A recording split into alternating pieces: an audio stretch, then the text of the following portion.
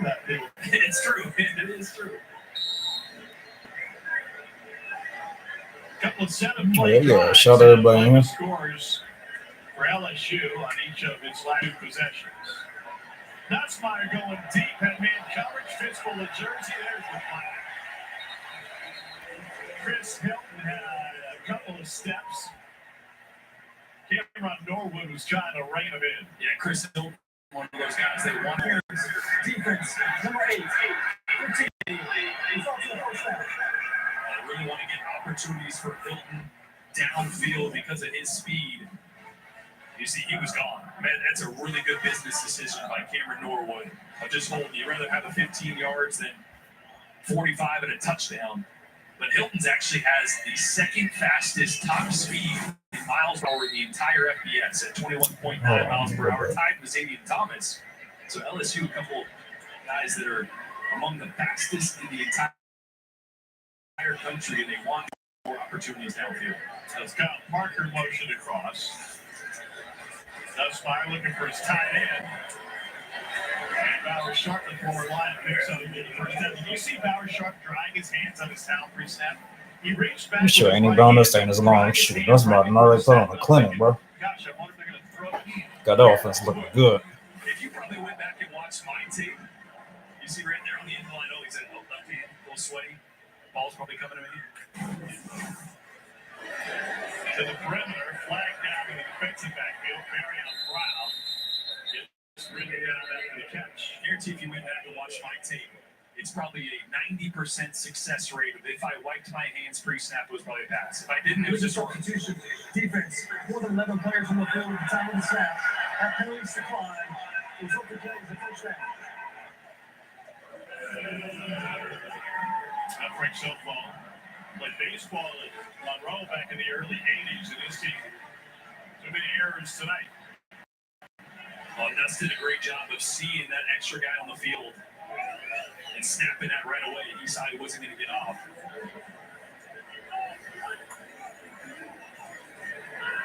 Oh, I like this play here, bro. Elite speed. And pumped out of bounds at the 13. Marking at about the 14. Graham Brown's interesting. He talked to other coaches in the SEC. They break him down in the portal and said that we were concerned with him making contested catches, too many drops, but make no mistake about it. Elite speed, elite return man. And I feel like LSU's still learning how to use him in this offense. Yeah, a puzzle piece that needs to fit just right. You mentioned it. Maybe not the most elite, pure receiver with his hands, but if you can find ways to get the ball in his hands, reverses, quick throws, and screens, he is so dynamic. The ball in his hands and great design. Pull back by Nussmeier. Oh. Thomas defended by Blaine Lousiana. A little RPO. Garrett Nussmeier's reading the backside safety here. He steps up.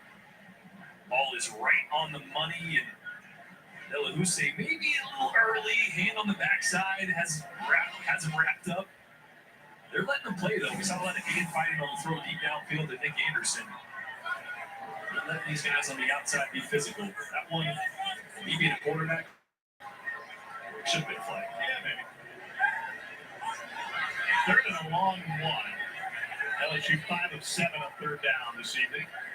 Sharp in motion. He's a lead blocker. Great penetration. Damn, they didn't go nowhere. Caleb Proctor.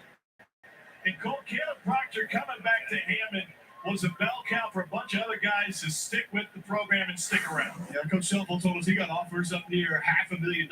As we'll see the inside stunt here. Big 95 is going to eat some space. Proctor going to flip right around. Have to have the understanding as an offensive lineman that that's possible and going to take place. But got some big offers to go play other places. And he said, listen, this is where I started my career. I wanted to finish with my guys. Wanted to finish here. Talked to his pastor about it. Made the decision to stay there in Southeast Louisiana. Fourth down opportunity for LSU. They convert. Run off the right side by Jawan Johnson. Smells a little run. Yeah, Caleb Proctor told Coach Shelfel, family ever had money? Don't need the money. Let's just stick here with the guys on type of the play ball. And sometimes the Lord gives you things you don't need. And that was one that was laying right there in front of him and just wanted to finish his business that he started there at Southeastern. That was a pretty cool story because Coach Shelfel made no bones about how many offers he had and how much they were for. First and goal for LSU. Johnson having a career night already. Couple of touchdown runs. And fake it to him. Oh, man. By Caleb Proctor. Damn, bro. For himself tonight, if you didn't already know, now number 2 is proven that he needs to be reckoned with. Boy, just splits Braylon Moore and Paul Mabinga right through the A-gap. He's just got a great get-off right now. And Braylon Moore was checking backside first before sliding to the front side and just not quick enough. Stand out at Oak Grove High School here in Louisiana, state championship at the 1A level. Second and goal. Deep Nussmire. End zone shot. Good pass. Yes, sir. Yeah.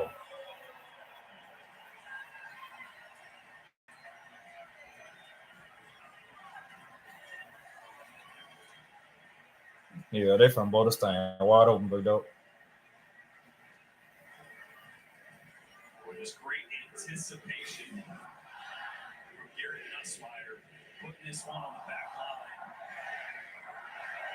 A great contested catch there, Tom, from Barryon Brown. He did hold it all the way through contact with the ground. If he can continue to make plays like that, his style, based on his physical skills, will go through the roof. Ramos punches it through 28-0. It's a great concept to beat cover 4 down in the red zone. It's going to be a double post concept. You're going to get post, and the read for Garrett Nussmire is this field cover 4 safety. If he sticks with that inside post, man, you got to rip the outside. Ball right on the money. Perfect read. And again, that tweener ball, right? It wasn't a laser, but it wasn't lob. He was able to anticipate so well, throws that little touch. And I love Barryon Brown making a big play downfield. As we mentioned, that was kind of the knock on him in the portal. Everyone knew he's so dynamic with the ball in his hands. Can he make those tough catches right there, proven he can. 3 years at Kentucky, he left Lexington, number 10 in school history, receiving yards, and 5th in kickoff return touchdowns. Made it in Hattiesburg, Mississippi, after receiving the kick.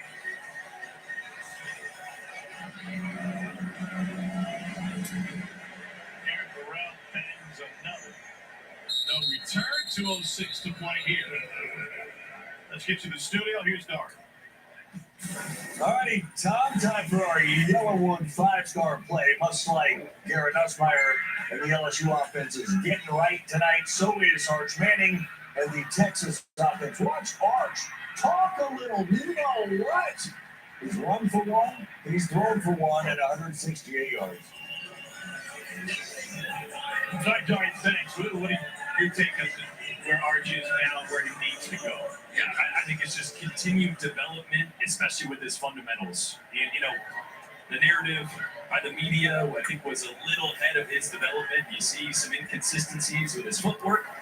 But what you do see is a kid that is incredibly talented. And if we just give him a little time to develop, he's going to be pretty good, dang good down the road. And a game like this week, This is a the little bit of a two-minute slump timeout. buster. Quarterbacks roll slump busters too. Oh, yeah. 28-0. LSU. Highest scoring game so far this season. Not yet done with the first half. Go strong first half at LSU tonight. T-Mobile has the best network. That's why they're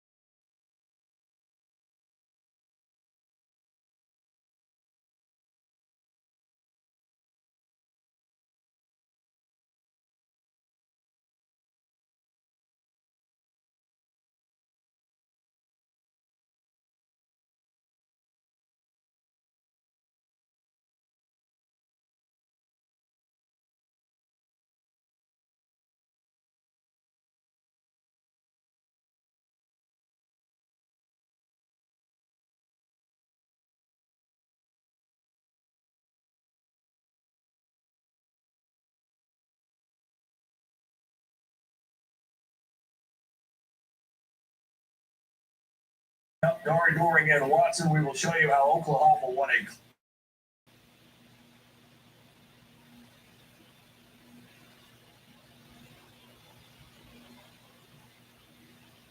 classic, frankly, against Auburn. A battle for Columbia. They are into the third quarter there. What are you seeing from LSU? I like Dust using all these different weapons in passing.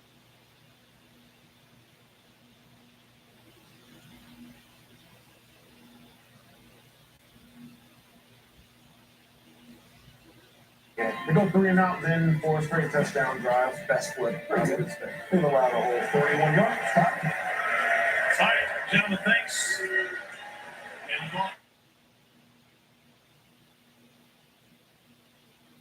Good defense play, though.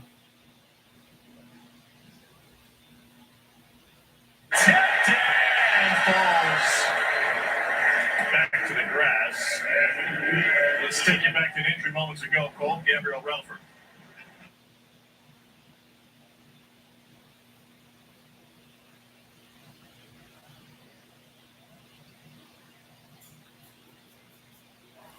You'll see him just kind of stuffed in the run here for that LSU defense. He's going to hop up, immediately go to that right shoulder.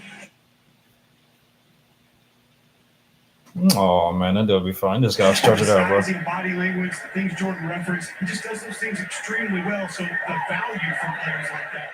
Good pass. Sharp picks up a first down on the catch.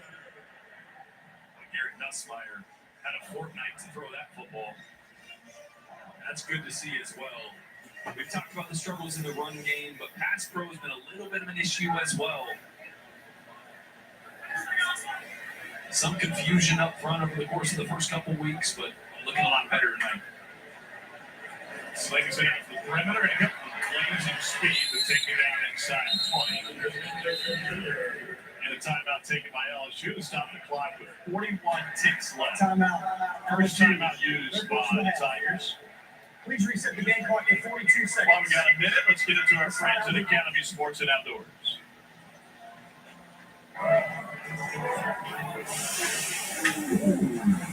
There's no I in team, but there is an M, an E, an A, and a T.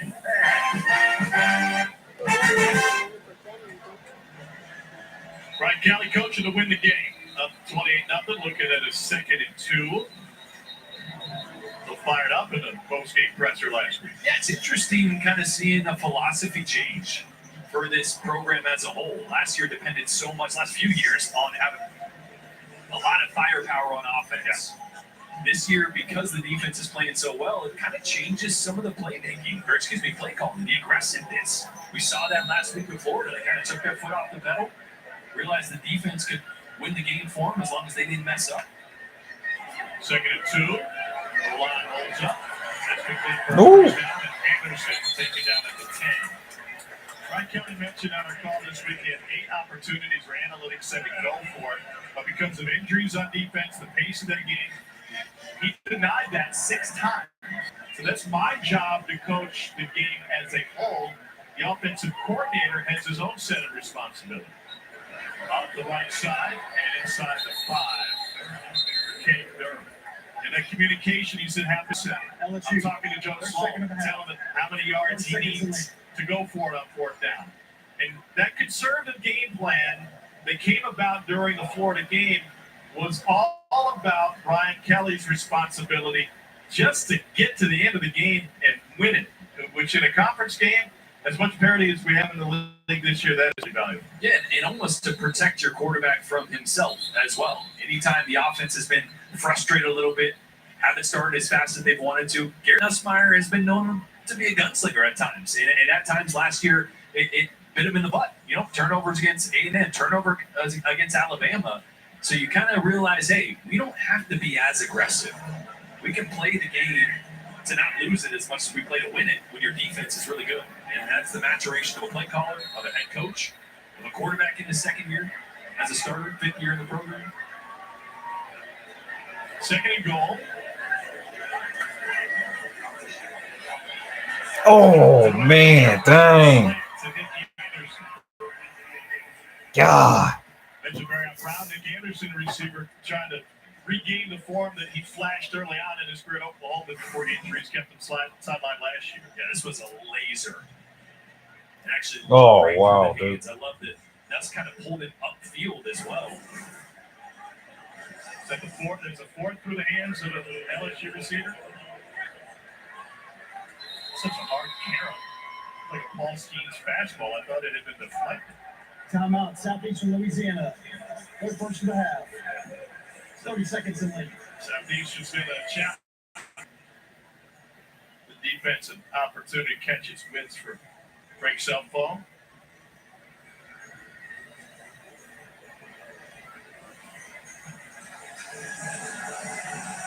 This is a Southeastern Louisiana team that is mature, 24 seniors, and also homegrown. A lot of guys grew up in Louisiana, probably dreaming about playing in this very stadium. A little bit different than 7,400 seat Strawberry Stadium, whose, by the way, first opponent back in 1937 was LSU. It was the LSU freshman team, but it was still LSU. How many passing attempts do you think were in that game? Total over under 1.5. Yeah, I'd take the under. Forward pass wasn't quite a thing back then. Garrett Nussmeier wouldn't like that. No, not his kind of game. Leads the SEC in attempts coming into tonight.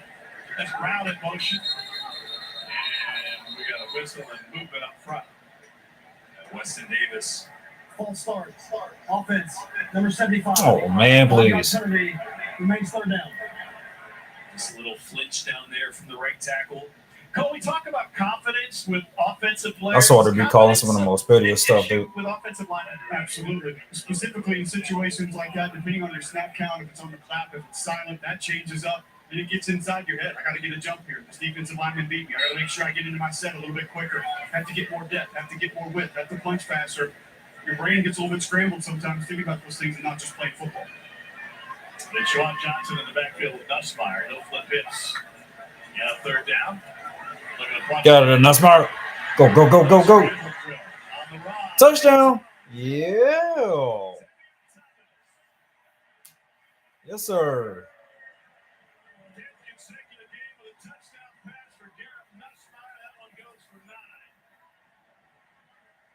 Yeah, I'm gonna tell you one thing, fellas.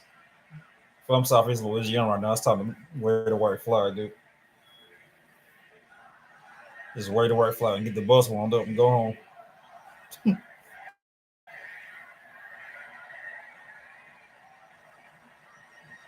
got a touchdown passing, and Thomas says, touchdown catching, and Thomas has one. And now Nussmeier behind only Joe Burrow and Jaden Daniels for consecutive games of the touchdown pass for this program.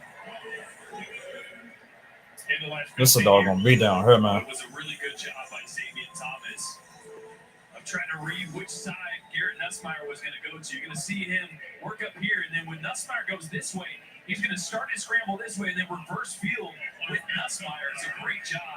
Scramble drill. You want to mirror your quarterback on the back line. Great job putting your hand up, middle boxing it. And a great job by Nussmeier on the run. He's such a good off-platform thrower. Watching the mechanics in it make you feel that the torso is probably in pretty good shape. No doubt that will stress it the most because your body is going towards the left sideline, and you have to get your left shoulder and your upper body twisted back around towards your receiver. So it puts a lot of torque, a lot of stress on that torso that obviously has been banged up for Garrett Nussmeier.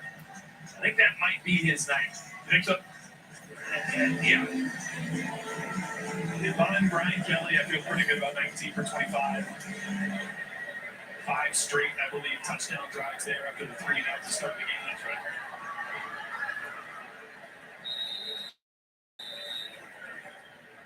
It's 8 seconds left in the half. It was a stuttering start for this LSU offense, as George mentioned, 3 and out on its opening drive. And this was a 7-0 game early in the second quarter after Nussmeier taking a sack. They converted a 4th and 11, punched it into the end zone, and the Tigers were off to the races. And now they have Carson Camp take a knee They get Southeastern to the locker. Watching Golden Bay from Tigerland on SEC Network Plus starts streaming now on the ESPN app. Lions will receive the second half kickoff. Brian Kelly came in with some very clear offensive goals. They're looking to be more explosive, looking to get the ball into the hands of their playmakers, and boy, have they done that. Nussmeier 19-25 for $190 and 2 touchdowns, but he's taken a pair of sacks. The run game, good in the red zone, though not much doing in terms of big plays overall. But regardless, LSU heads to the locker room with a comfortable advantage of 35-0. As the Lions will still be searching for the first ever win against an FBS opponent. 0-33 all-time, 0-2 versus LSU. Brian Kelly is with Gold Cumulative. Coach Garrett Nussmeier, 4 for 4 on third down, 1 for 1 on fourth down. He converted a third down with his legs. What does it just do to you and your coaching staff to know you've got a bailout guy like that, no matter what, at quarterback? Yeah, I mean, obviously the things that we couldn't do earlier in the year, he's able to do, extend some plays for us. We're able to go for a big fourth down situation. We need to get them in these situations because we're going to have to deal with this in the SEC schedule. So this is a good opportunity for these guys to be in that situation and execute. You and I talked about putting your hand in the dirt, running the football before the game, red zone rushing, that offensive line get up. I know that has to make you happy so far. It's better. It's better. It's been a point of emphasis. We got to be really good there. We're getting better. We're not there yet. Thanks, Coach. Well, LSU 6 of 9 on third down, some of them long ones. I'll tell you what, though, fellas, I love when I see on this offense, for sure. For Southeastern Louisiana. Love them, love them. LSU, Brian Kelly not quite happy. 35-0 in the studio. Here's Dory. All right, welcome in. This is the Shoot, 19-25, button 90 out of Nussmeier. 2 TDs. Couple sacks. It's not bad, though, bro. Not bad at all.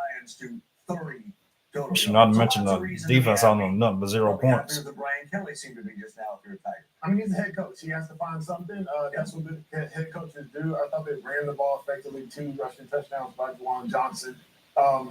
This is what you want from this offense. You want this offense to come out, score the way they did. They go 3 and out in their first drive, then they have 5 consecutive scoring drives, touchdown drives. And so get other players involved. Good to see Barry and Brown, one of the transfers that came over this year. Good to see him involved in this offense. Feel like he's been kind of trying to find his way. But CD, I mean, this is kind of a complete game. I mean, if your defense can hold anybody to 30 yards total, you gotta be happy. I don't think we had any question about this defense being good, and certainly the opponent is a bit overmatched. But getting some flow back on offense is important. I thought, distributing the football to 8 different receivers, letting, as you said, Barry and Brown get going, which I think will be important as you get into conference play. But right now, they've done everything that you could ask them to do. And just what I want to see is keeping that intensity up into the second half. 30 yards allowed, fewest they've allowed in the first half in 15 years. They gave up 30 to Vanderbilt back in 2010. All right. Oh, what are we laughing about? Battle.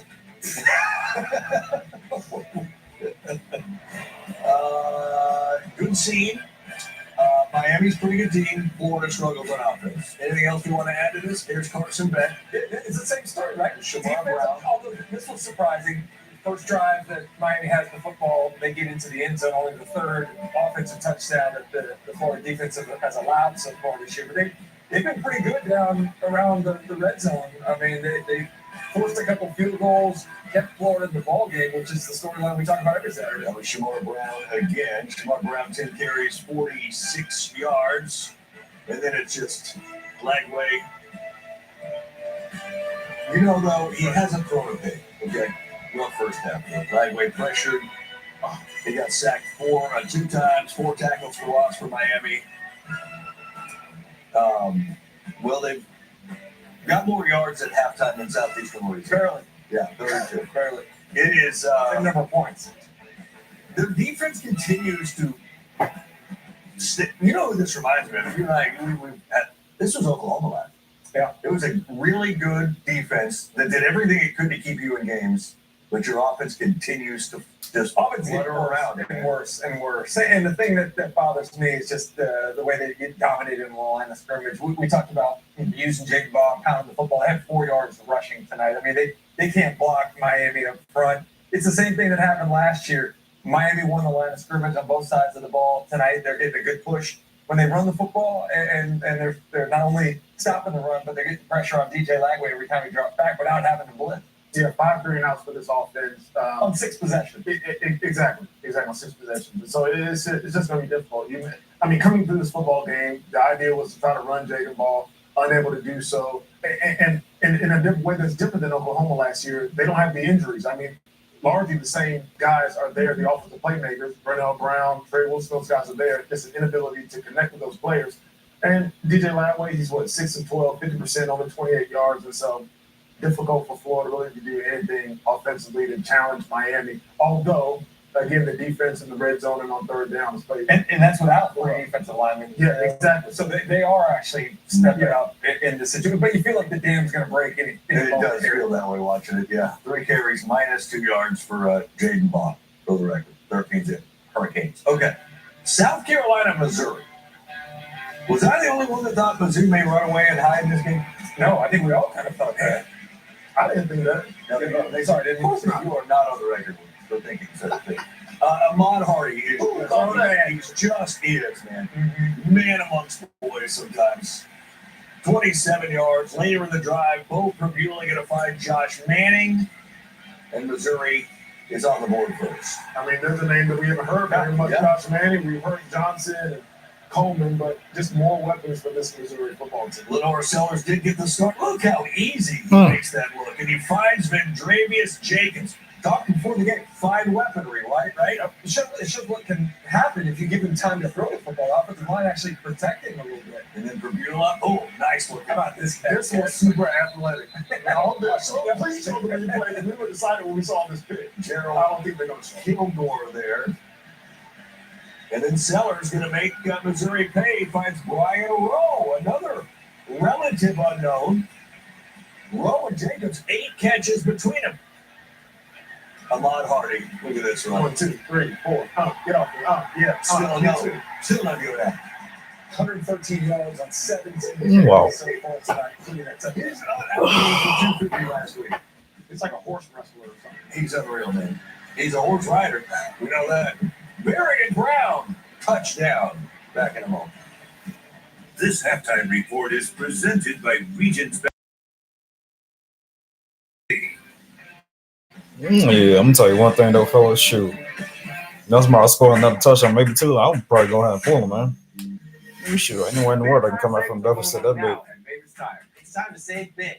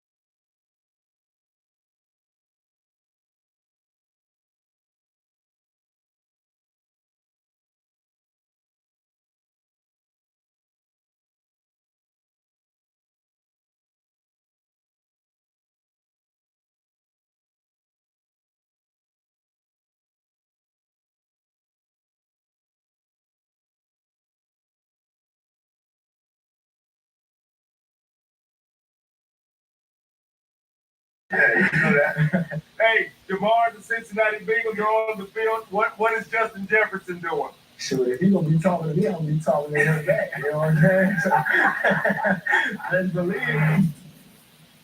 How about all that LSU representation? NFL Countdown Sunday at 10 a.m. Eastern Time. All right, we told you we were showing you Xavier Thomas.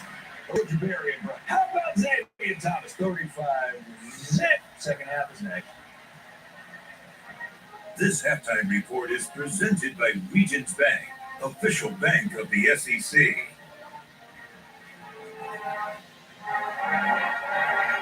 Extra. It changes the energy.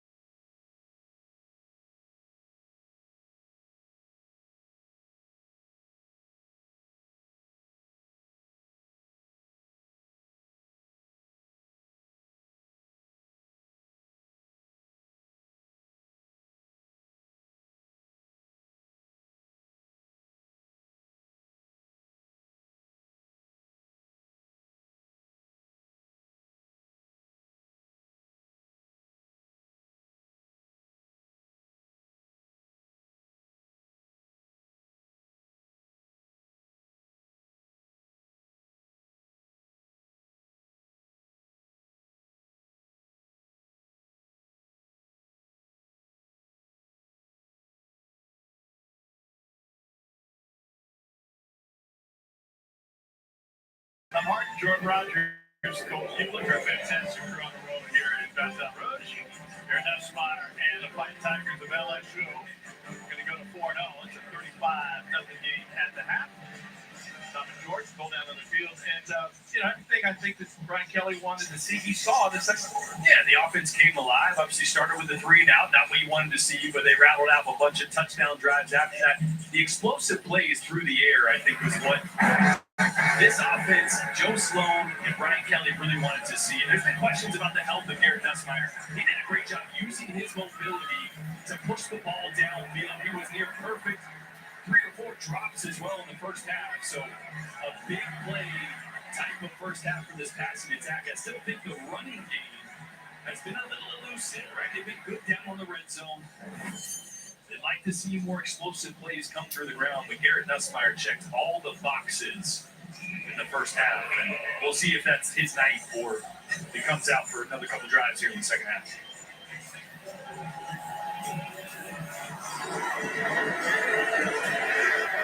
And no chance for a return for Southeastern. Cole, what do you think's going to happen with Nussmeier this half? Talked to Brian Kelly as he came out of the tunnel. He told me one series for Garrett Nussmeier here in the second half, and it is not going to be complete. We'll likely see Michael Van Buren. Southeastern has played a couple of different quarterbacks tonight, as expected. Carson Camp and Tyler Lowe. They start with the ball here in the second half with Camp. Camp won a major award when he was at South Dakota. He was the first true freshman to start at quarterback in school history for the Coyotes. Took him to the FCS playoff for just the second time in school history. And he won the Sports Illustrated Play of the Year with a Hail Mary heave to win a game. And he was able to find a receiver on a crossing route. That's Luke Bash at a slide down Louisiana. This is what it looked like, and this is what brought him home the hardware. It led to a lot of notoriety. They jumped on a private jet. They flew from South Dakota all the way down. By the way, it's against a rival, too. All the way down to Florida for the Sports Illustrated Awards, where his hero, Tom Brady, was sitting in the front row. They chose Camp to give the acceptance speech, and he said, I had everything planned. I was ready to rock and roll. I was going at it with confidence. Then I looked up, I saw Brady, and stage fright hit me, and I had nowhere to go. And I just mumbled and fumbled my way through a couple of words about being a leader, winning games, being a quarterback. Thank you. I'm sure that happens a lot for people in Tom Brady's presence. But what a cool play, what a moment. Something he'll never forget. As we mentioned, been a little bit of a journeyman career for him. South Dakota, to Sac State, to here at Southeast Louisiana, and still in kind of a quarterback battle. Yeah, they're going to get both guys more opportunities here in the second half. Both guys are kind of just waiting for somebody to separate. Yeah, and really take hold of the job. Obviously, Frank Selfo, the head coach, talked about how much he's done this in his career. He's comfortable doing it. Did it in Arizona with Nick Foles and Matt Scott at one time. Did it way back in Tulane with a couple of first-round draft picks. So he likes developing young quarterbacks. Doesn't mind playing too, but at some point in the Southland Conference, I think they're going to have one guy take reins of this job and run with it. Third down 3. They're 0 for 6 on third down tonight. Pressure from the right side and a little bit behind. Camp told a great story, by the way, when he was at his first stop in South Dakota. He always had a gift of gab. He was in kindergarten. The teacher was kind of talking to everybody about what happened this weekend. He said, teacher, you're not going to believe it. The house burned down. Your house burned down? Oh, yeah, it was everything. The whole thing. Everybody's safe, it's fine, but the entire house burned down. Mom comes to pick him up from school that day. The teacher rushes out to, I'm so sorry to hear about your house. He has, as a kindergartner, had made up the entire story. Nice. Why not? All the world's a stage. You make up half what you say. I do that too. I do it for both of you watching right now. Here's a chance to focus in on Read and React. It's the hit Monday night show that is taking the college football world by storm. Go, what do you got? I'm going to follow up a little bit with what Jordan was talking about earlier in stopping some of these twists, some of the movement that the LSU offensive line has seen. It's really about staying lateral first and foremost, keeping those hips square, but you have to slam down that penetrator that's going to come straight through. Now, that defensive end on your side will show you that you got to get in there right away, stop the penetration. You have time to handle the loop man. And again, stay square. Don't turn those hips to where that leakage can come right through. The penetrator can disrupt the pocket. Cole, that's almost something you love to see as an offensive lineman, right? A little twist, because you can just hammer. Yeah, you can hammer the guy coming at you. Room up. Oh, For Juwan Johnson. nice little run, huh? Bouncing from the athletic trainer on the sideline. And Jordan, actually, you see it show up as well in pass protection. It's the opposite, though. So opening those hips to the interior of the offensive line when trying to stop that penetrator, it gets him often in pass protection, too, with those outside speed rushers opening those hips to the sideline, staying square. Something that can be repaired. It needs to be here at right tackle for LSU. DJ Chester is in there right tackle now. And that's where hit as he throws, and he's able to complete it in traffic to Kyle Parker. Khalid Moore is the one that delivered the hit on Nussmeyer. Gets up. Oh boy. Yeah, Moore turned the corner on left tackle Tyree Adams. Got a big hit on Nussmeyer right as he was delivering this ball. One series in the second half, maybe one too many. Nussmeyer on the run, hooks up with Parker in the second consecutive pass, and he picks up a first down. Where do you view the fine line keeping your starting quarterback out there? You want to get reps, but you also want to protect him, and he's been banged up through the last month or so.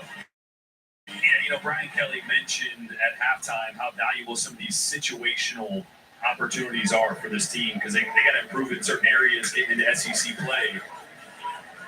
Over the middle, Nice pass. And picks up another first down. Another great throw over the middle from Garrett Nussmeier. But yeah, you're kind of holding your breath as a head coach when you know it's just going to be one more drive. It's like skiing. You always get hurt on the last run of the day. Like, let's do one more. And then you just catch an edge and face plant to the snow. Ooh! Stiff on the board.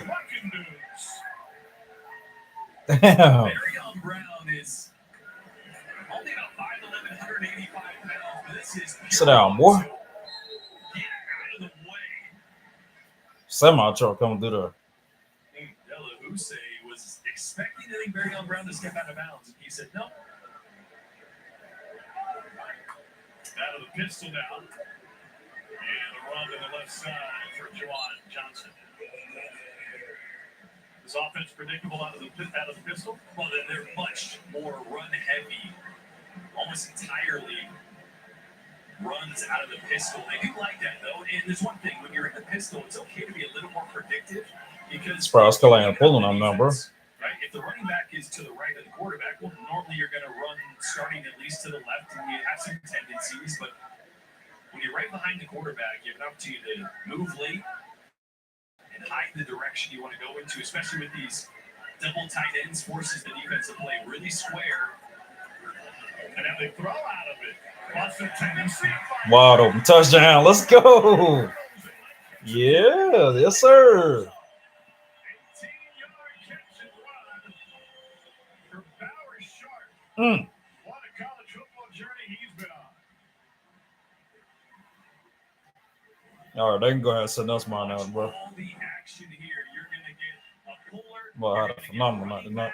And that's going to bring both these linebackers up. And look at Bauer Sharp, kind of slow playing, get right behind the second level. A great change. Man, Bowers is trying to hurdle people today. He tried to do that like in the first play of the game. That's right. But to your point, breaking tendencies, right? You come out in a heavy personnel, two tight ends, pistol. That's like 90% or more run for this LSU team based on the analytics of the season. So now they're just laying stuff to film? Absolutely. Now every team that follows got to go, shoot, yeah, they can do this out of that. You got to add that to the practice list. Bowers Sharp at Adulton, Alabama, cried in tears when he first scored his first touchdown for Oklahoma. Now he's an LSU Tiger after starting his career as a Lion, and he finds pay dirt again.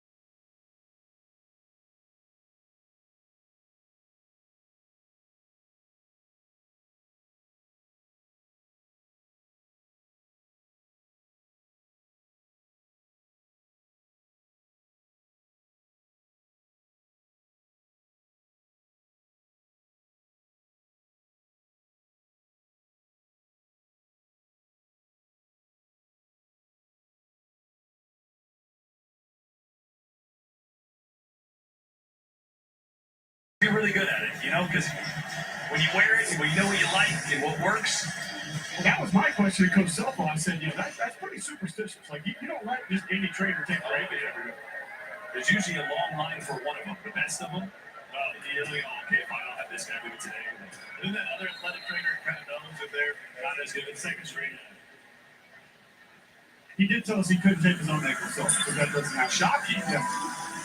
But he's working on the flexibility. He said he's got to get hours. So he's in there trying to get his hours, trying to get extra classes. But this is it's one of the 3 schools in the state that offers that nature. So yeah, pretty cool story that he's in there doing. It said he leads their team prayers as well. Just somebody that really means a lot to this football team in a lot of different ways. The value of a replacement player is real when you can bring that to the table. And Coach Selfo was saying, when we get to that our second team prayer guy, we really drops off. Like, I look around and say, where's Dumas? We need to get that guy back out here.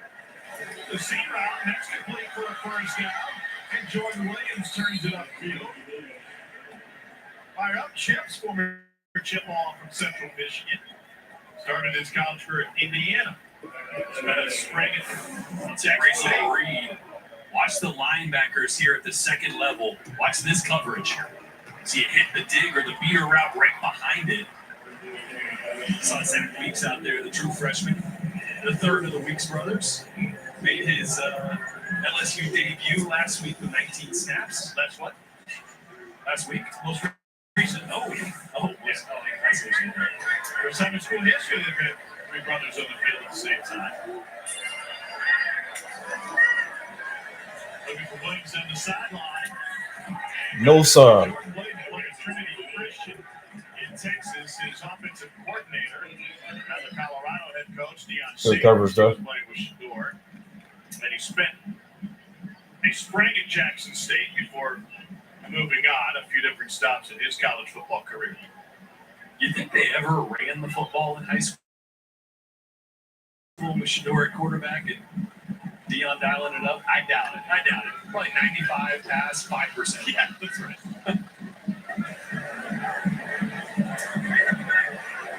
Kemp goes under center. Pressure up the middle. They run right at it. And opens up a huge hole. Shane Henry picks up the first down.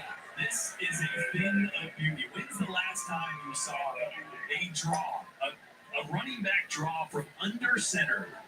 Watch the quarterback. He's going to do a 3-step drop, eyes downfield.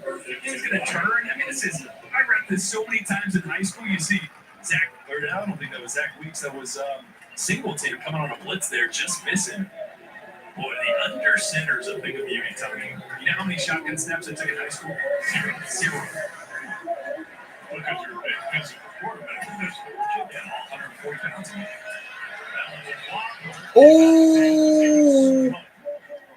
Weeks almost had it. Oh, no, not an interception on it, bro. Line of scrimmage. Little twist inside. You can tell it was McKinley or somebody down there got a hand up, knocked it down. Camp exits. And Kyle Long replaces it. They don't usually do this mid-drive. No, but maybe this is some kind of design quarterback run. Obviously, we mentioned Kyle Lowe, a little more juice, a little more wiggle in his game. A 78-yard touchdown pass last week. There it is. The option look. He keeps it himself. That was a win against Terrell Buckley's Mississippi Valley State team. And a 3rd and less than 5. Carson Camp dropping back into the game.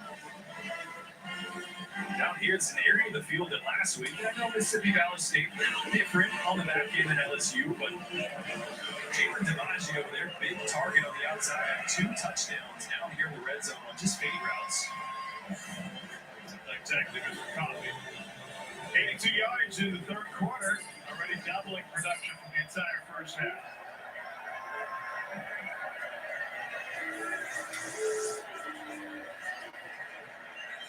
Back to Camp and the dump off. Oh, hell. Unbelievable. Touchdown Southeastern, capping a place 75-yard drive. Shit, that's probably gonna be the only one they get tonight, though. That is a great drive. Watch the eyes of Carson Camp as he played this. He's going to be looking in this direction, and he's going to get Zach Weeks to move with him. And under pressure, a little sidearm flick to find the lane to get the ball to the end of DeAndre Jackson.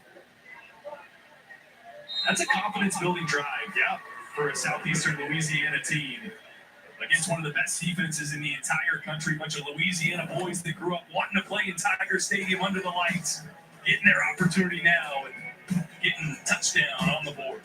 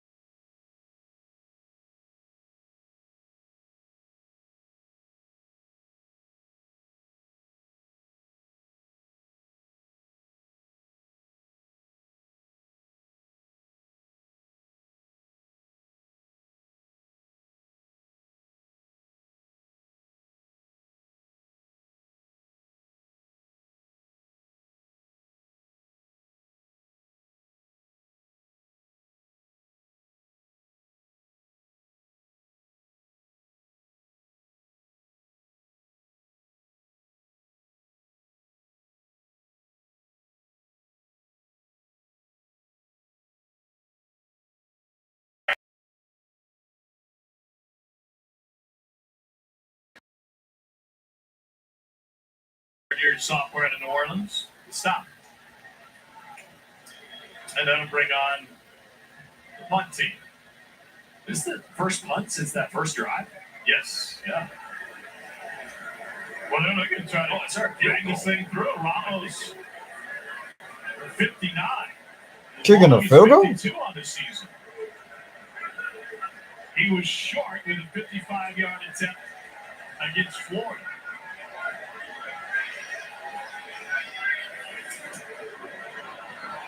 Won't have the distance and a chance for a return. Everybody quit on it. Except for the return man who was lined up. Oh, gosh, dude. Flag on the play. Oh, All the way out to damn. midfield. Ball popped loose, or he popped loose. Sorry, he kept on his feet. It's a 46-yard return on the field, 59-yard attempt. I don't know why they didn't just punt it that ball. That was just absolutely stupid. Illegal formation. Defense. Number 91 of the defense lined up in front of the snapper. That is a 5-yard penalty. Remains fourth down. Well, this is interesting because that kick came up about 10 yards short. Oh, yeah. Now, I would imagine that 5 yards forward is in his range when the offense is going to come out here. Frank Selfo, head coach for Southeastern Louisiana, not happy about that. Because that's just a mental mistake. Like, you can't line up there. Yeah. That's not an effort thing. It's not a physicality thing. It's just you can't line up there pre-snap. You can't do it.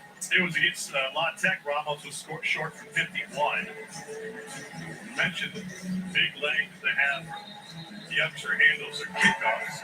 The previous play is under video view for a potential targeting. But have targeting on the return.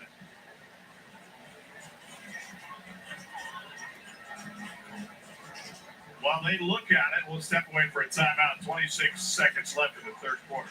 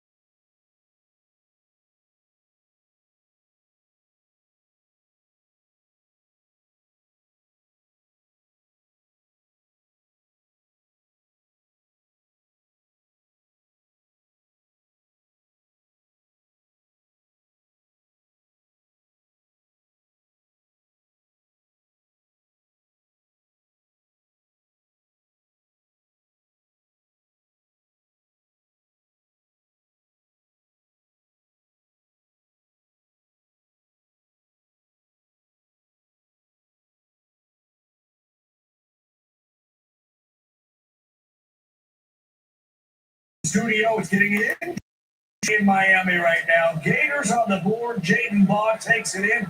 Then they get a pick from Carson Beck. Florida football down 6, guys. Wow, that is a thriller down there. Meanwhile, we just got the announcement that DJ Chester has been ejected for targeting. Jordan, you disagree with this? Yeah, so this has to be crown of the helmet. You're going to see it dip, but he actually kind of hits with the side of the helmet, and that's not the best angle there. I'm just not sure how many tackling drills DJ Chester has ever done in his career. So he's going to dip his helmet. It's a judgment call, right? And that's to try to protect the player. Obviously, Brian Kelly. And here's why you see the wrath of Brian Kelly. They got a huge game next week. Yeah. They have issues on the offensive line. DJ Chester fills in a lot of different spots on that offensive line. Even if they don't have an injury next week, he's going to have to sit up the first half. They're going to be limited in what they can do if they wanted to get fresh bodies or challenge some starters. No doubt. Just unfortunate because DJ Chester has never been in a tackling drill in his life. You know what I mean? Like, yes, the helmet dip there, close to the ground or on the ground. It's just pretty unfortunate, like you said, to be missing a piece, a depth piece from that offensive line that's had its ups and downs. They came after him, and Van Buren escapes. Woo! Spins and picks up a first down. 2-yard screen. Yeah, to do a lot of this, like Cole mentioned at Mississippi State last year, just making plays. And Joe Sloan mentioned the pocket presence, the awareness from within the pocket, not just as a passer, but as a runner. Pretty impressive for this young kid. We get a snap off before the quarter comes to an end. And Caleb Jackson picks up 6.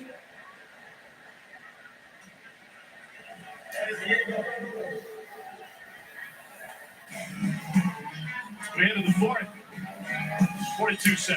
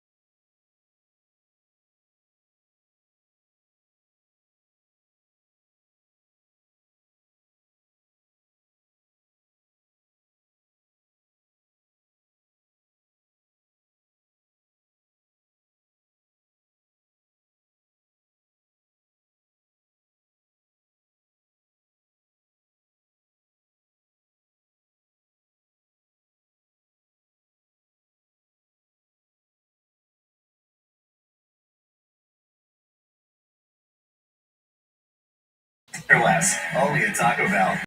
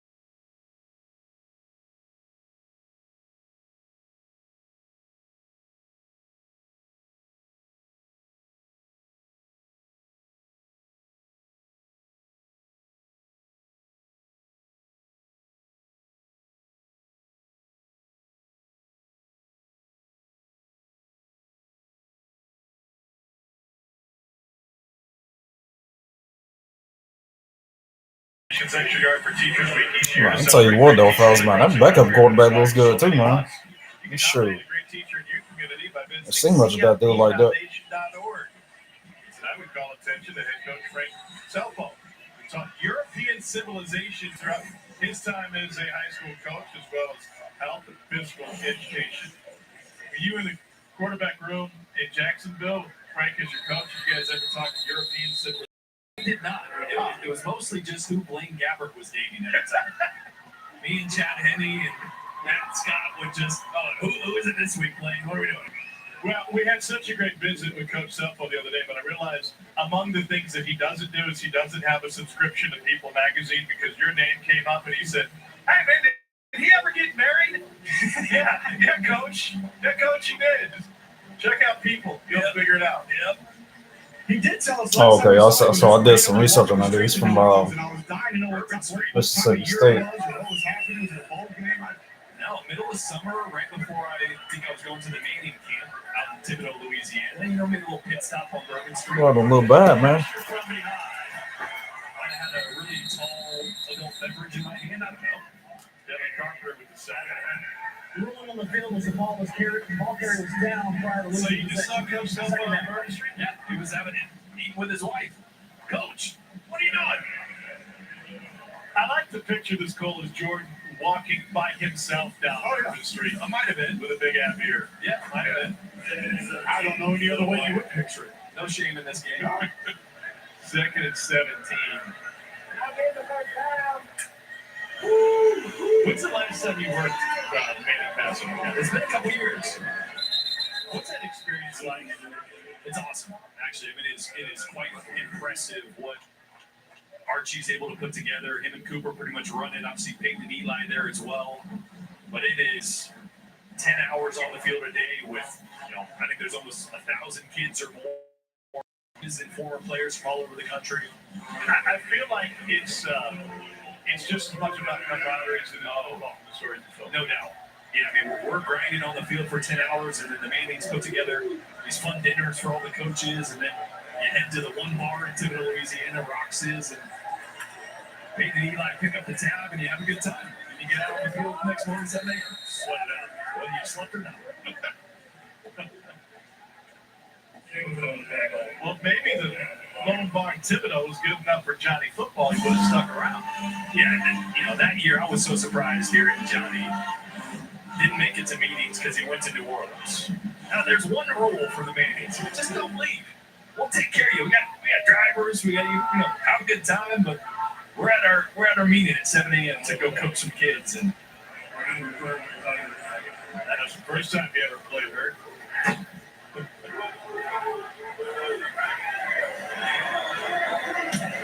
The Giger gets it away. Or the Frogger, as Gold refers to him, and taken at the 27-yard line. Lights are on Cole. Go gigging later, unless you want to go schlitz and giggles. We got options.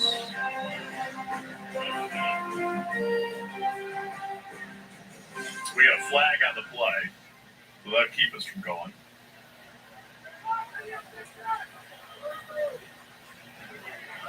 By the way, shout out to my buddies at During the kick, personal foul, face mask, receiving team, number 12. Tap the distance of the goal from the end of the kick. First down. my buddies at Faye's Subs and Salads for hooking me up with a late lunch after my delivery driver delivered a bunch of forks, some tongs, and empty plates. Never got my burrito.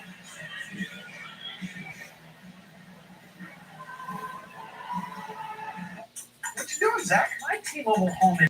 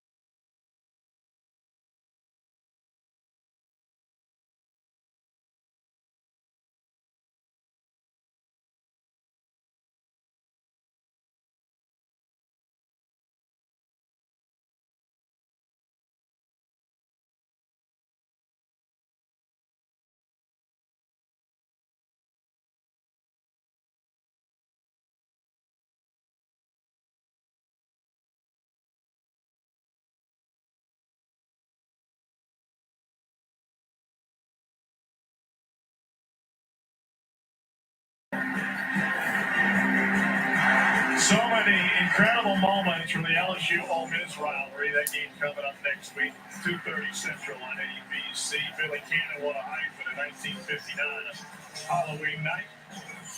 Although Beckham had a great run against him in 2012, 89-yard punt return that sparked a big fourth-quarter comeback. And last year, Aaron Anderson hauled it in from Nussmeier in the final seconds of regulation.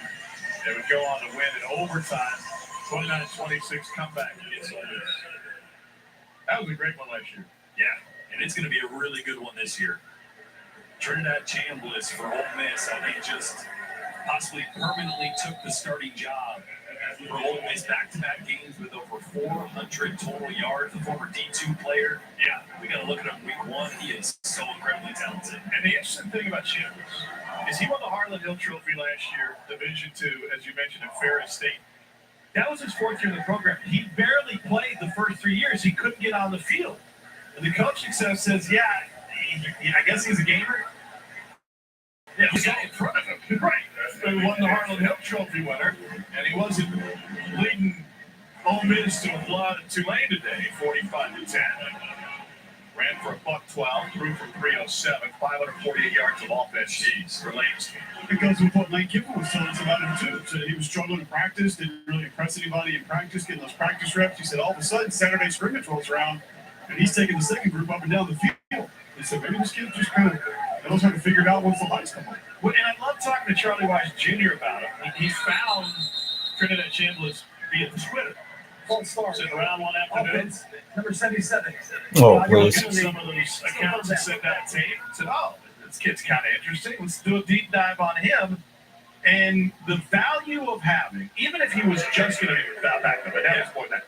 But the value of a guy who's played football and knows how to win big games. We've seen more Division II players in the SEC the last couple of years, I think, than we ever have before. No doubt. Yeah, what a find. You got a few extra minutes on Twitter. I usually end up. Oh, come on, man. What in the world? Like, I could do that. Full start. Charlie Weiss finds it starting quarter. 428. Bro, y'all getting out of the hand with this doggone fouls, bro. Parasites out of insects, that's for sure. That is true. It's the weird videos you get, Cole. And yet, neither one of you tried to buy a MacBook from me. Did you ever get back into your Twitter account? No, I'm still on. So some. They ain't telling me doggone snouts better, bro. Under your name. Yeah, The new iPhone out, too. I'm surprised he's not hawking those. I'll be next. 3rd and 12, 42-point lead for LSU. Doesn't pull it. And Caleb Jackson is able to pick up the first down. I mean, in the same vein as Trinidad Chambliss, the addition of Michael Van Buren, I think, is huge. I mean, obviously, Garrett Nussmeier is one of the best in the country, I believe. And you don't ever want anything to happen to him, but Speaking of things that happen, Caleb Jackson just got a head knock as he went to the sideline there. You can see him trying to shake cobwebs out. That's usually a good sign that they got the cobwebs. That's a little run And there. the training center immediately chatting with Jackson. You see Harlan Berry get the carry. And watch as he goes down. Right on the line. it's usually the ground that does it. Ground doesn't move. You know? Here's Jelani Watkins, spins it back to the outside. Watkins, we obviously saw him run by a couple dudes in the secondary. Van Buren had some pressure, wasn't able to get the ball downfield, but he is a dynamic athlete, two-time state champion in the 200-meter here in Louisiana. He's ESPN's number 5 overall ranked athlete in the class of 24. Get some opportunities here in a blowout, but great young receiver. It's got a bright future. And Barrett on top again. Ooh. They get in. God almighty, boy. Damn.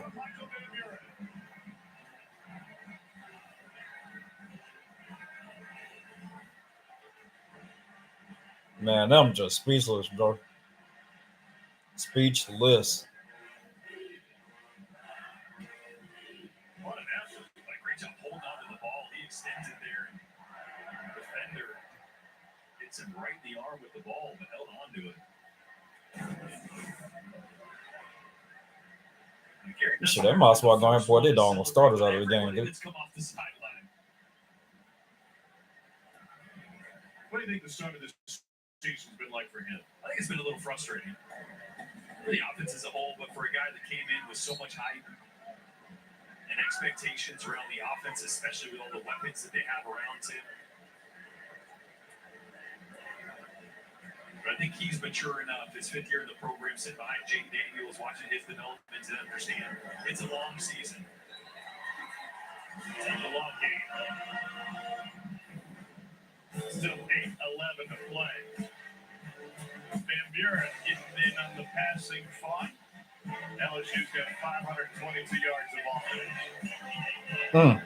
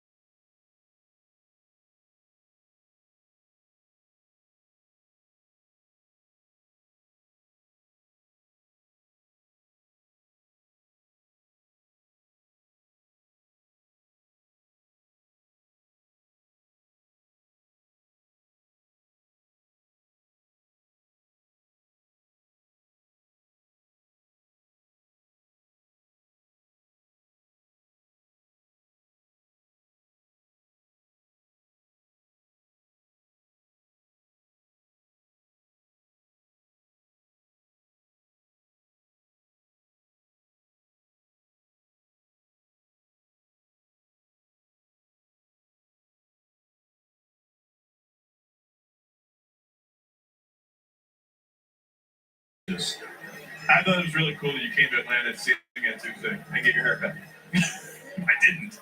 Oh, I mean, I came to get my haircut. yeah. You should have heard Coach Zuppel's reaction. It's good. It is really good. What He he said? told him that you fly to Atlanta to get your haircut. You know, it happens to be a frequent layover that I have, and I got a guy there, and so yeah, sometimes I actually all the time I come get my haircut in Atlanta. The guy sent your cake. I wish. Go play action. Nifty move. Wow. This is really tasty. Yeah, we're finishing this. There's a baby in here somewhere. I think there's a little figurine that you can find. I heard it's actually bad luck to have a king cake this time of year. It is? Yeah. What are we doing? Breaking. What's the worst thing that Breaking the happens? jinx. Our flight gets delayed by 7 hours again? Yeah, Like it happened 2 weeks in a row? No chance. That was tasty. That'll get me through the next 5 minutes of the fourth quarter. That's better than the Donaldsonville Popeyes. Chicken sandwich slaps. Cam gets tripped up. What a stop with just one hand to take him down. That's Sean Washington there. Redshirt junior. Louisiana boy. He's got the Gronk arm there. You know, it's half man, half machine there with the left arm. Calling our day and age, that would be the go-go gadget on. Oh, Yeah, that a RoboCop or the other.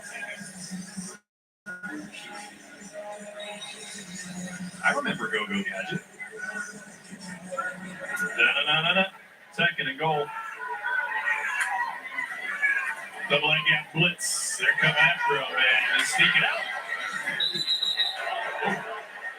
Suplex there. Yeah. Kendra John trying to get up. Speaking of suplex, John Cena tonight, Brock Lesnar, ESPN, Wow, that's WWE. Kind of a throwback with those two guys. Huh? Absolutely. Who you got? I don't think they're going to want to see them lose.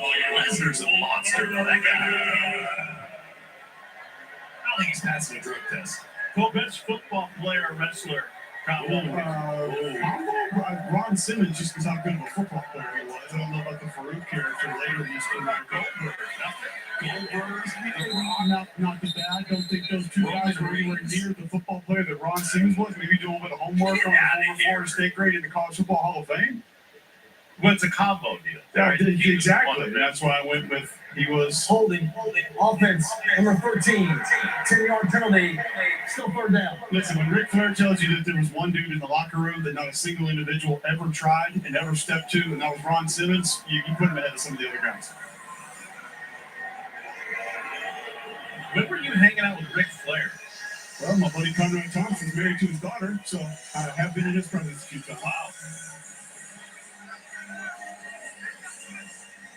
Not Charlotte. I'd say if I had money on it, I would say Lesnar's just going to destroy Cena tonight. I change my mind. No way. Yeah. Can't destroy what you can't see. When did that match end? Whoa. Take it the 20-yard line. See Saban today on game day hitting the "You Can't See Me." John Cena. I missed that one. He hit a "Not So Fast, My Friend," a Corso, and then he hit the celebration, the "You Can't See Me" move from John Cena. And no Saban, up on his pop culture, his wrestling. Here's Garcia Rodriguez for a 37-yard attempt. FCS All-America a couple of years ago, and he was at Prairie View A&M.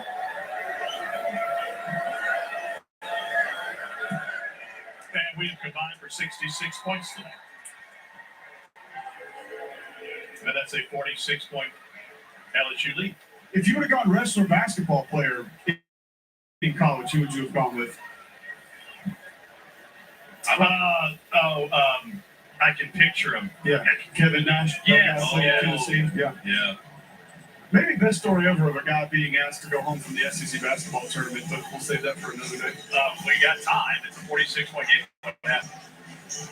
Is it the Marriott Marquis with the rooms that go inside and has you can see down inside of the lobby? Yeah. May or may not have been a television from up above.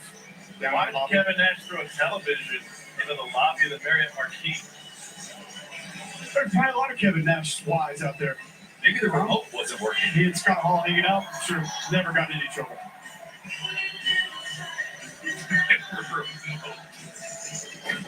I get frustrated when the batteries don't work. Get the same. Hotel room for the first time, huh? Tried to throw mine in the river today.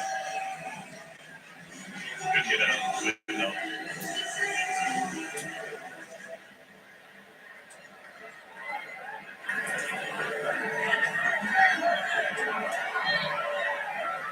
You know, we talked with Coach Southpole before the game, and obviously Brian Kelly, and both programs said some things they wanted to work on tonight, but Southpole was very honest about what they were walking into.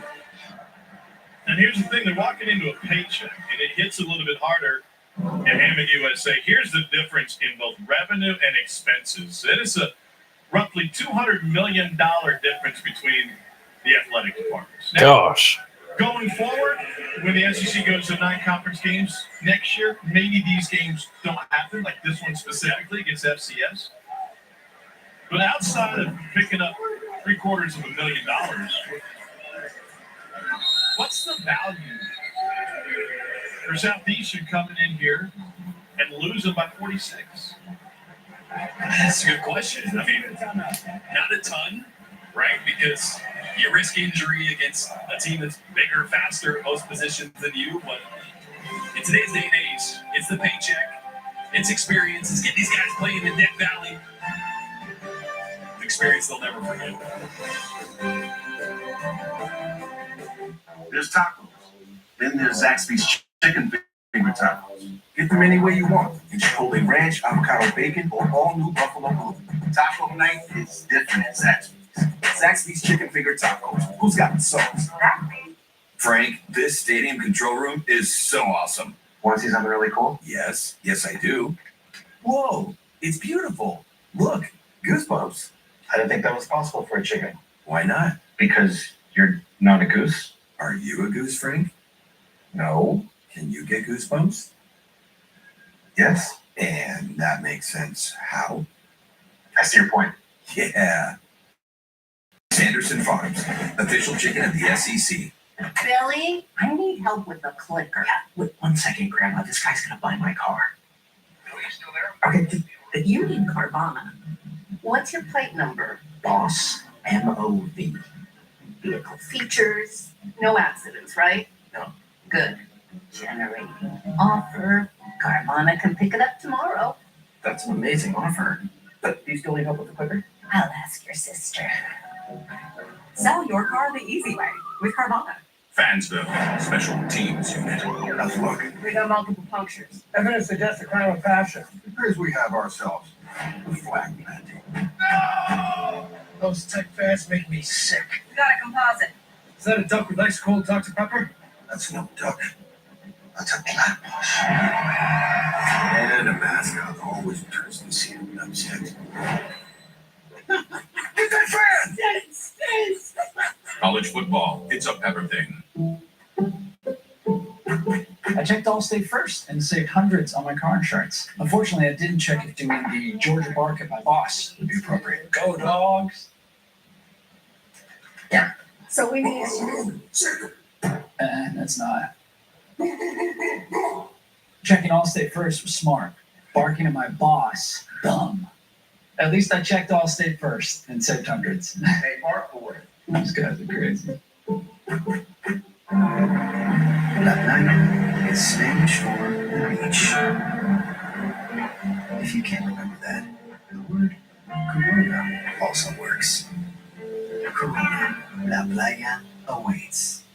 6-10 is their score here. Looking at a second at 6. Nussmeier threw for 273.3. Season 9 points.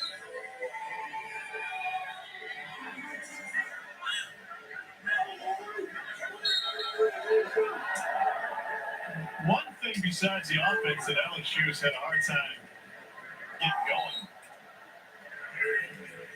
The get back coach. We'll get to that in a second. Saturday storylines. Big win for Oklahoma. home against Auburn. Ole Miss deflated Tulane. Home by 35. And Mississippi State 4-0.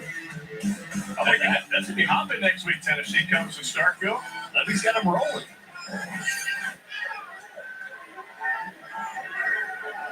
Blake Shapen, obviously healthy again. His injury last year, the reason Michael Van Buren started 8 games for them. Well, the 8th time in school history, State has started 4-0.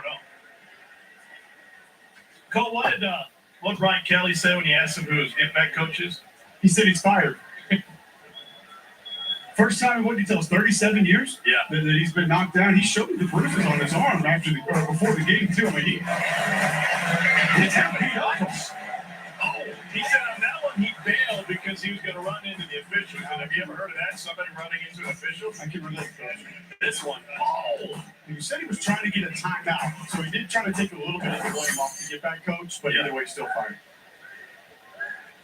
Said he was really sore, like he got in a car crash. You get that coach not doing his job.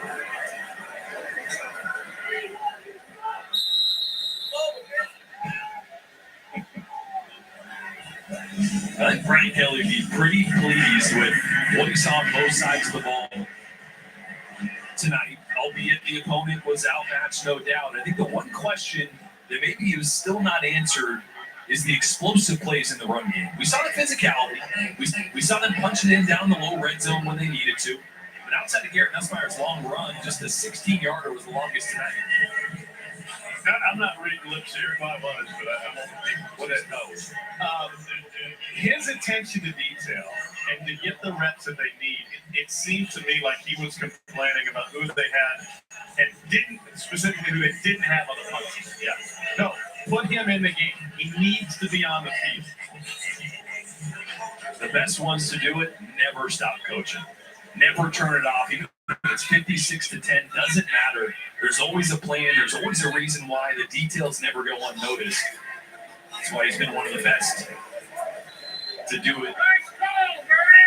Letting us act to coach in college football, there is a flag on the play.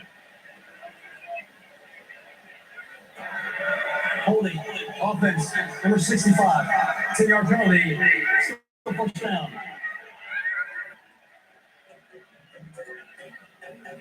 It's Bradley Whitten into the game here in the second half for Southeastern.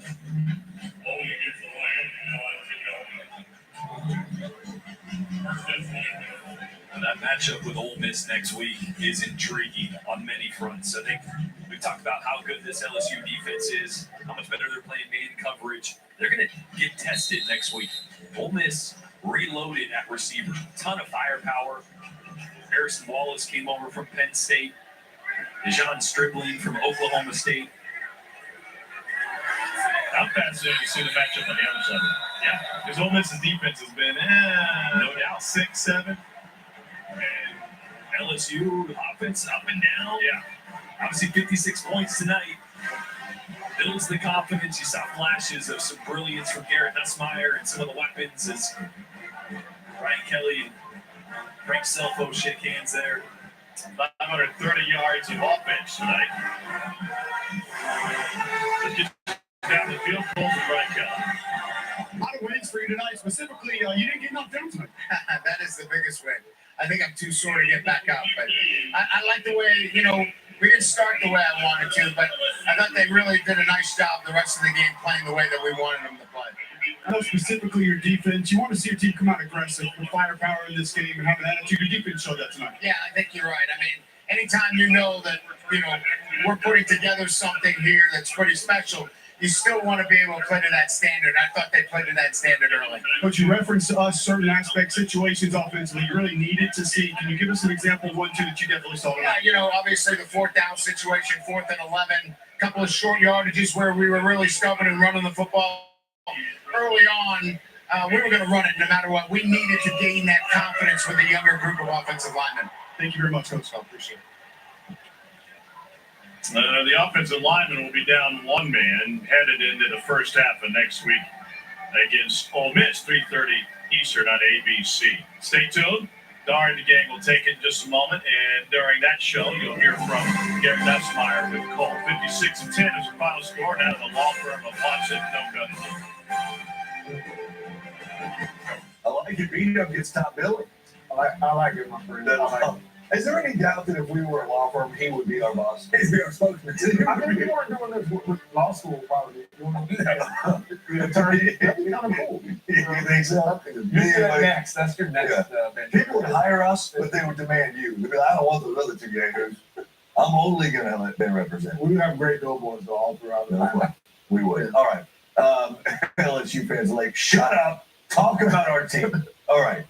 Get right game. It was what they needed to do. Did we see everything we wanted to see for LSU? I think we saw about all we could see, right? I mean, we felt good about how the offense played in the first half, felt good about the distribution of the ball to all the receivers that Garrett Nussmeyer used in the first half, had some explosiveness on offense. So, we feel good about the defense, right? The defense, we have no questions about. Offense definitely did what they needed to do tonight. Defense did, 7 TFLs, 4 sacks. They were good on third down. I mean, all the things that we would expect against an inferior opponent. I think offensively, it was important for them to build some confidence. I think Coach Kelly talked about it when he was mentioning the run game. They commit to running the football, I believe, 35 times. And so that's something that going into this next week, they're going to have a run game. But more importantly, they're going to have to have a commitment to running the football, even when it might not be sexy and it might not even be successful. Sometimes you have to keep on doing it. You see the note there at the bottom. Nuss, first time in his career, he threw for 3 and ran for 1 touchdown. And now he's with Pokey. Garrett, excellent job on the win tonight. There were certain things I know Brian Kelly wanted to see from you guys situationally. You were perfect on third down, perfect on fourth down. What does that do for you moving forward? Well, first off, I want to give all glory to God, and I'm just so thankful, so blessed having an opportunity to play here at Tiger Stadium, and he is so good. His glory is so good. So all glory goes to him. But super proud of our guys. Just come out and execute. That was a big deal for us this week. Just focusing on being the best version of ourselves to get going. You know what I mean? And to try and get that connection going on our offense. And I think we did a good job of that tonight. One of the cool things I saw from you, you were the first person to come out and celebrate with Michael Van Buren every time he did something positive. What did it say to you about what he was able to come in and do tonight? Yeah, he's a great player. So I'm so proud of him and so excited for him to get this opportunity. He did a great job. Go celebrate with your teammates. Yes, sir. God bless. It is going to get tough for next week. The guys were talking about it earlier. They go to Oxford. Deal with an Ole Miss team that has an element to it that they did not expect to have when they go play LSU or Ole Miss, and that's Trinidad Chambliss. So we'll show you what we did or what he did here in just a little bit. How do you like where they are going into that game? I still have questions about how they're going to be able to perform offensively. Now, luckily for them, the Ole Miss defense hadn't been good till today. They were really good today against Red Sox and that Green Wave team. But at the end of the day, I need to see this offense do it against better competition than what they faced tonight. You can see the defense do it against a quarterback that can get out and run. I mean, Trinidad Chambliss today had the 41-yard rush. Obviously, that's something that he does very well. This defense from LSU historically has struggled a bit against running quarterbacks. Quarterbacks have that in their repertoire. And so it'll be important. I think. You have questions about them stopping Ole Miss's defense? Well, I do. I do. And specifically, it was talked about in the broadcast about the fact that they're playing more man coverage. I think that's the corners have gotten better, of course, for LSU. I think that's why Blake Baker's able to blitz the way he has. But I want to see them contain a rushing quarterback that has that because they struggled with it in the past. I think offensively, it was good, however, to see guys like Darian Brown get involved. We wondered a little bit about him. He catches 5 passes. Bauer Sharp, the tight end, catches 5 passes. So incorporating some different weapons, I think, offensively benefits LSU offensively, and that's mine. And how do we change our opinion of LSU's defense based upon what we're seeing the ever-evolving Clemson offense to be, what we're seeing the ever-evolving Florida offense to be? That does take away a little bit of the shine from the wins to this point in time. I don't even know if you can use the word evolve. Devolve. Yeah, I think it's devolving Clemson and Florida. Okay. So, Mitch, next week, LSU's at Ole Miss. Let's take a look at what Ole Miss did earlier today against 3-0 Tulane, and Trinidad Chambliss got to go. Austin Simmons clearly not there yet, but at some point it may not matter if Austin Simmons is there yet because Chambliss can do it all. We knew he could do this. I mean, this guy has been known to be a running quarterback. What we didn't necessarily know was that he could throw the football with the accuracy and maybe more so need up the judiciousness of the way he's throwing the football right now. No interceptions the last 2 ball games. I'm still trying to define judiciousness. I think that's a law form word. We're working on something. But how about this? The accuracy of Trinidad Chambers on the sideline between 2 defenders. His wide receivers have stepped up. You know about Strictly, Alexander. These guys make plays for him. Mm-hmm. How about the defense, though? 10 points allowed to a dangerous Tulane offense. So, yeah, that's the thing I took away that I was most impressed with today. Chambliss ran for 112, threw for 307. Dynamite for him. And again, the defense gave up less than 300 yards against, like you said, good team. Jake Retzlaff, their quarterback, former BYU quarterback, incomplete. He didn't have a completion until his 10th pass. I mean, 7-yard completion. Those 29%. And, Yeah. you know, this defense, again, continues to step up. They continue to get pressure. I think they're going to have a challenge looking forward to next week, you know, with LSU. This is going to be a huge game for this defense and the offense. But I think defensively, they got pressure. They get 5 tackles for loss. I mean, the defense, again, steps up in a big way. The 10 points, I mean, Tulane didn't do much of anything until late in that second half. We've got a good history of LSU Ole Miss games, too. They're fun battles that we've seen. I bet we see another one this week, too. By the way, Retzlaff, for those of you wondering, yes, that was the guy they called BYU. Did they trademark it? Why don't you trademark it? You know what? You're working on trademark, you know? Tough, man. Paperwork. It's not easy. I need a good law firm. Not easy. All right, we can find one. I'm going to start this a little bit early. We're going to start our full 60-minute SEC now coming up less than 2 minutes from now. But there's a lot to get into. The first highlight we will have is Auburn, Oklahoma. You want to dive into some thoughts on anything that we're going to do over the next 60 minutes? I think a lot of people are caught up with some of the officiating of that ball game, but I don't think that should take away from the OU win today. That I actually gained respect, just as we gained respect last week for Tennessee in a loss. I gained respect today for Auburn in a loss. They did some things that I hadn't seen them do before, and the fight, Jackson Arnold too, going back into that situation. I definitely gained respect for him. I mean, it doesn't take away if you're an Oklahoma fan. I mean, I would venture to say the Auburn fans it definitely takes away, especially when you see some of the call or no call. Ball game was, 16-10 late. I mean, Auburn comes back, takes the lead 17-16, and then OU puts together a 6-play, 75-yard drive with. There were no officiating calls on that. I mean, they did review the long Titania catch, but yeah, that was Auburn. No question, feels like that could have gone their way. Like they could have gotten some breaks they did not get, and they may be right. And we'll take a look at that. We'll dive into that. But good for Jackson Arnold. He missed on a few throws, but boy, is he that kid? He came out aggressive. Yeah, he definitely came out aggressive, especially in the passing game. And it was good to see some of those wide receivers that Auburn has accumulated over the last couple years. Coleman, man. Yes, you know, make some big plays. Miami just went final against Florida, 26-7. The score there. Miami, Florida State a couple weeks can be like 463 games of scoring. Good job. Congrats.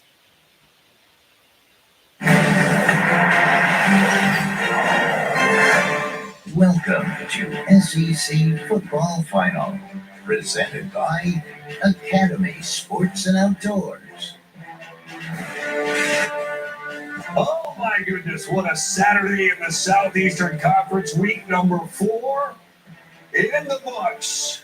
We got conference games, we got get-right games, we got an unbeaten Missouri taking that Mayor's Cup and keeping it in Columbia, Missouri. They were marching around, parading around Faurot Field with it because it is theirs. All right, welcome in. It's SEC Football Final. It's great to have you with us, Starry, Doring, and Watson. Let's start with overriding thoughts of the day before we start diving into some of these highlights. Meet up.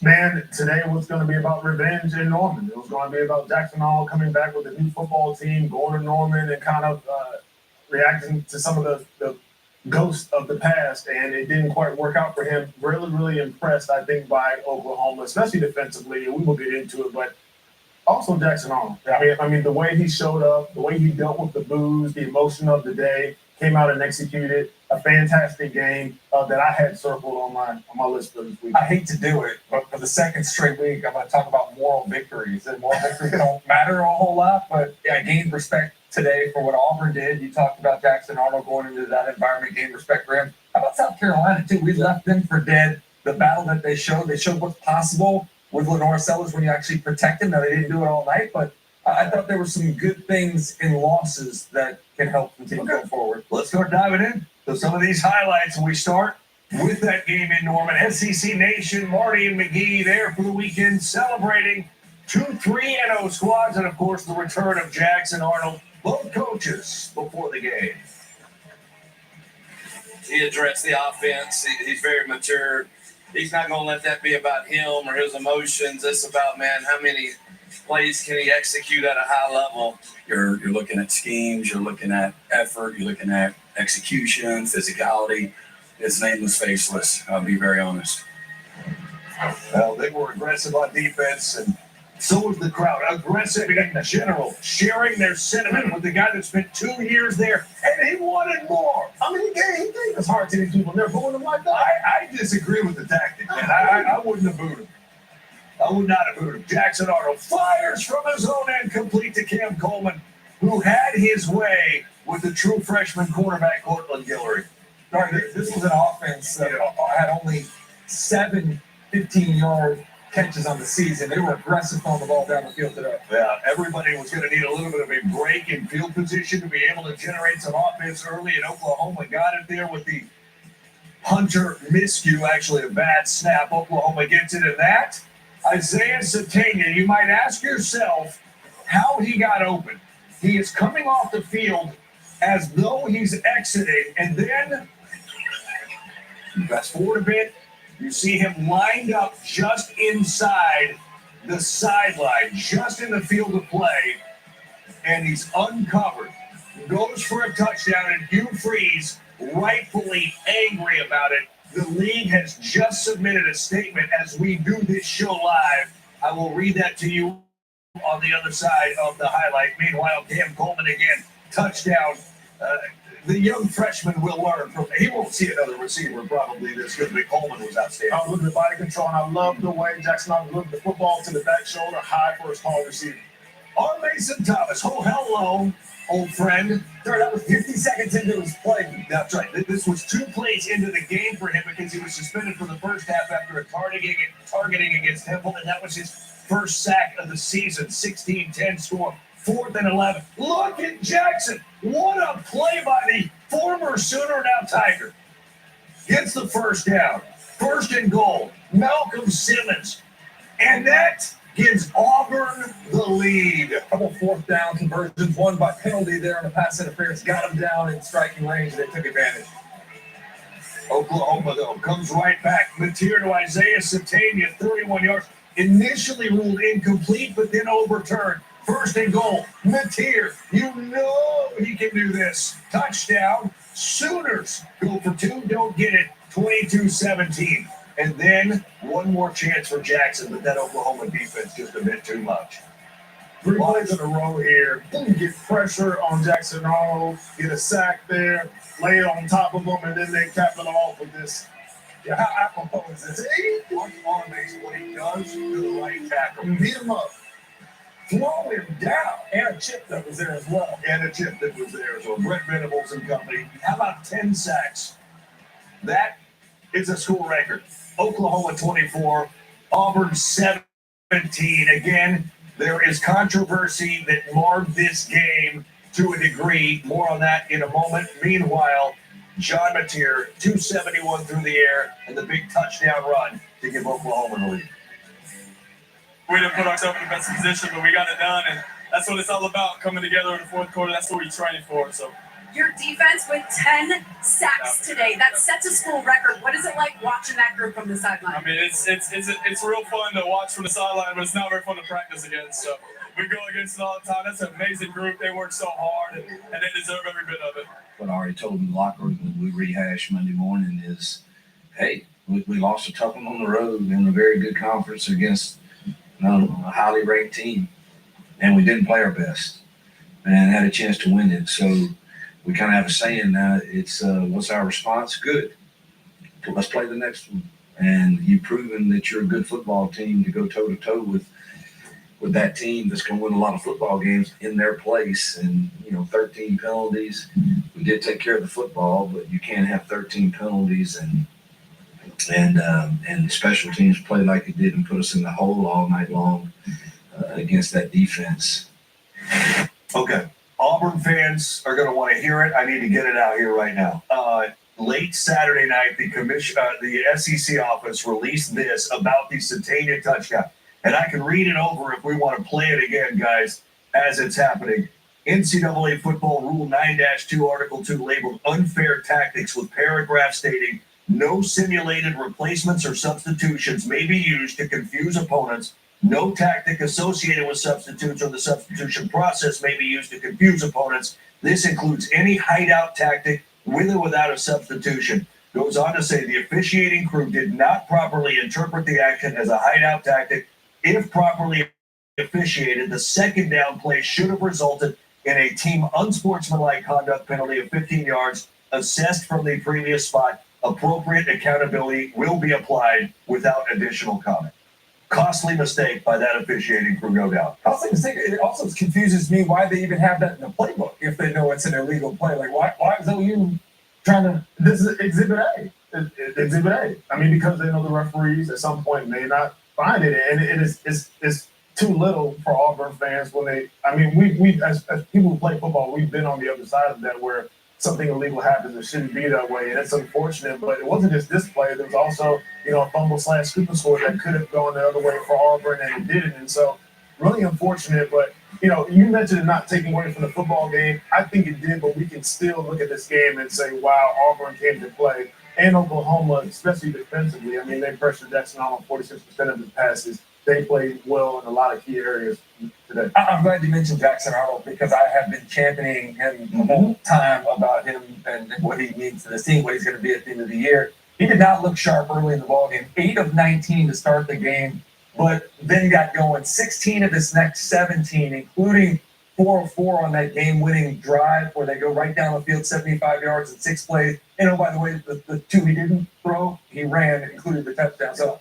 John Mateer is the real deal. His stats are not eye-popping today. You're not going to be, blown away by that. But the way that he kind of willed his team to victory, I thought this was a great testament to both these quarterbacks that were great leaders out there on the field. Things didn't always go well, but they both. I do want to say this, too. Nobody's going to say that Oklahoma won because of the officiating, or should they? They played really well. There were some other missed calls, pass interference that should have been called late against Oklahoma on the goal line. Auburn ended up scoring on the drive. You hate to see a few bad calls happen in a game like this of this magnitude, a lot on the line. It is what it is. Now, you look at it, it's not, and that's not something Auburn fans are going to want to hear, and the Oklahoma fans wouldn't either if it went the other way. That defense, though, that defensive line, we knew it would be nasty, and it is.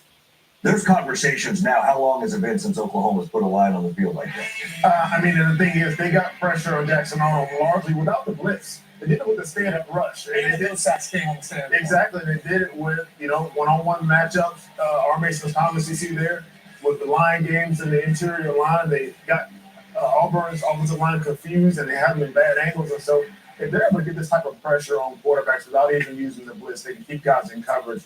Really tremendous. But look at this football game. Look at the fourth quarter. The fourth quarter, Oklahoma played complimentary football. They get a rushing touchdown. They get a field goal. They get a safety from the defense. They get 11 points compared to a single touchdown by Auburn. That's what made the difference in a very, very close, highly contested football. 127 yards on 9 catches for Isaiah Satania, his first career 100-yard receiving game as well. All right, so Oklahoma stays unbeaten. They have a bye next week. Auburn goes to A&M. How about the Mayor's Cup? Battle of Columbia's. South Carolina visiting Missouri. South Carolina, of course, coming off the loss to Vandy, where they lost Lenora Sellers in that game. Sellers back and starting for the Gamecocks. Meanwhile, Missouri and the offense keeps plugging along. Bo Pribula. Oh, look at the catch by the big tight end, Brett Norfleet. You know who it is. Old, reliable Brett Norfleet making plays in the passing game, and you're going to see him in the run game. Hardy. Danny Manning. Josh Joshua. There you go. I mean, they just keep rolling guys out there that we haven't seen a lot from, which is a testament to this rush. Speaking of which, Vendramius Jacobs from Lenora Sellers. We wondered who was going to step up. We didn't know who they had in the cupboard.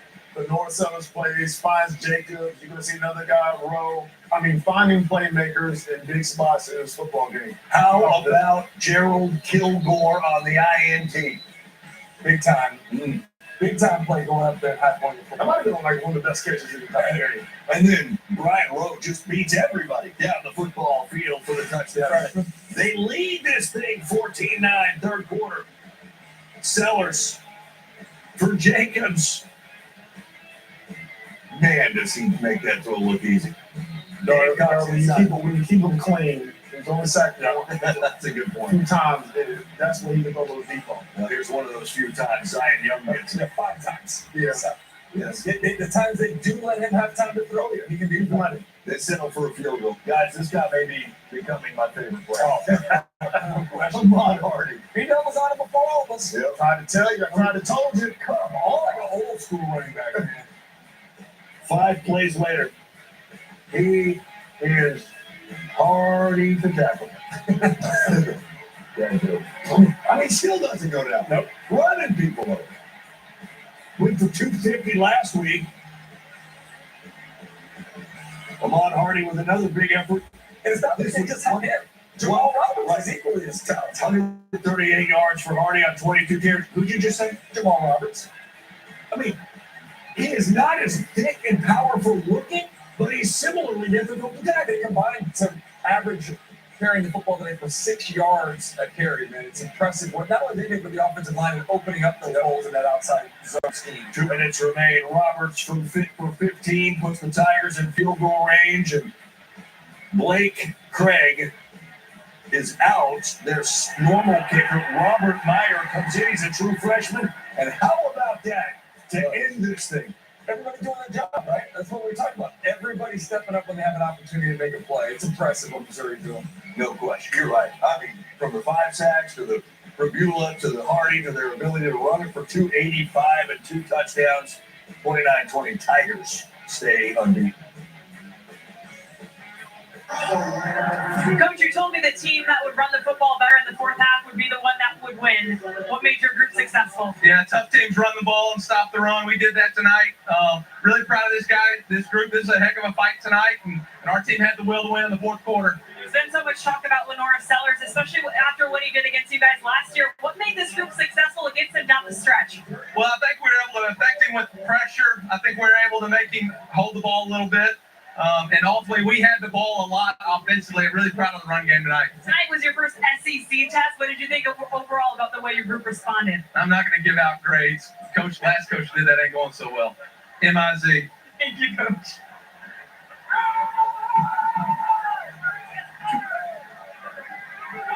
Look at it. How about it, huh? Raise that thing high. Missouri, big win there over South Carolina. They're just complete, right? I mean, does that describe? They are complete. They are a complete team. We've been talking about it, but he mentioned the run game. 285 yards to -9. I thought that Missouri owned the line of scrimmage on both sides of the ball. There were times when South Carolina played well, but the differentiation today, 3rd downs, 7 of 13 for Missouri, just 3 of 11 for South Carolina, and then red zone. Every time Missouri got down there, they finished with touchdowns just about. But South Carolina had to settle for 2 triple field goals. And at the end of the day, this was one you couldn't afford to not get. Tell you what, though, fellas, I'm about to get up out of here, man. -9 rushing yards, the fewest amount of yards Missouri has allowed since 2000. I don't know that I've ever seen. So nice smart final score tonight. Game, but it was not only that, and you mentioned the 3rd down, CD, but they forced South Carolina in the 3rd and long 6 times. That only allowed them to complete or convert, I should say, 1 of 6 of those times. And so the defense from Missouri was smothered on South Carolina. Didn't allow South Carolina to get going. And I got to give credit to South Carolina. We mentioned it in the highlight. They found playmakers that hadn't made plays before. That's the mark of a team that has some depth, but just too little offensively. I'll tell you what, though, one fellas, I'm about to get up out of here, man. It's complete. Anyways, like, comment, subscribe. Catch y'all later. And then they play Alabama. This is a football team that is trending the right direction for the playoff because, as we've talked about, their schedule is very favorable. They continue to get better. And look, Ahmad Hardy is showing something to be impossible to tackle. That's what you said, too. I mentioned 3rd down, but you're right. They won on 1st and 2nd down as well because South Carolina's average yards to gain on 3rd down was 12.5 as opposed to Missouri's at just 5.8. staying ahead of the chains, being able to run the football like this, not taking negative plays. This is a like I can't, you said, complete team. They play complementary